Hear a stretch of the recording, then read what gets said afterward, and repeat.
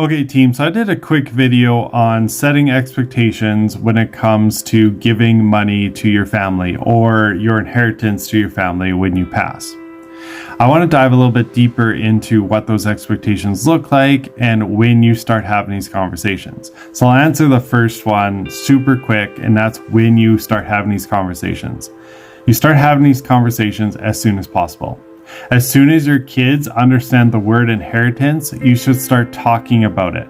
You should start saying, hey, like, you guys might be getting an inheritance from me later on in life. When I pass, I intend on giving you some money, and then slowly show them the expectations that you have for them in order to get this money, and for that money to become a blessing to them and not a curse. So that's a simple answer for that one. Now, let's talk about how you even think about what these expectations are. One of the easiest ways to find out what these expectations will be is to look at what your family values. I'll just go through a couple of them quickly here. So if your family values generosity, this might mean that they value giving 20% of whatever they make in the business.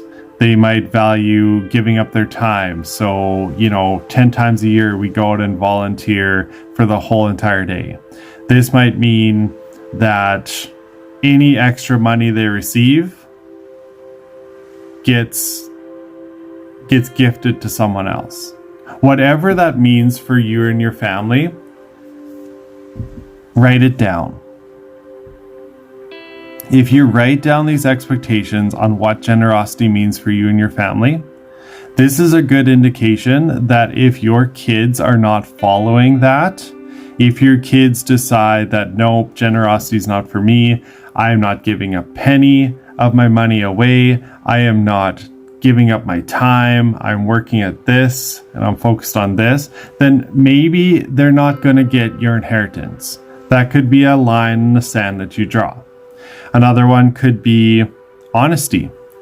If you have a kid who is constantly being dishonest in business, constantly being dishonest in his personal life, constantly being dishonest with the family itself, that's probably a pretty good indication that they are not going to receive your inheritance. That's a family value that you all decided together, and they are not following that family value.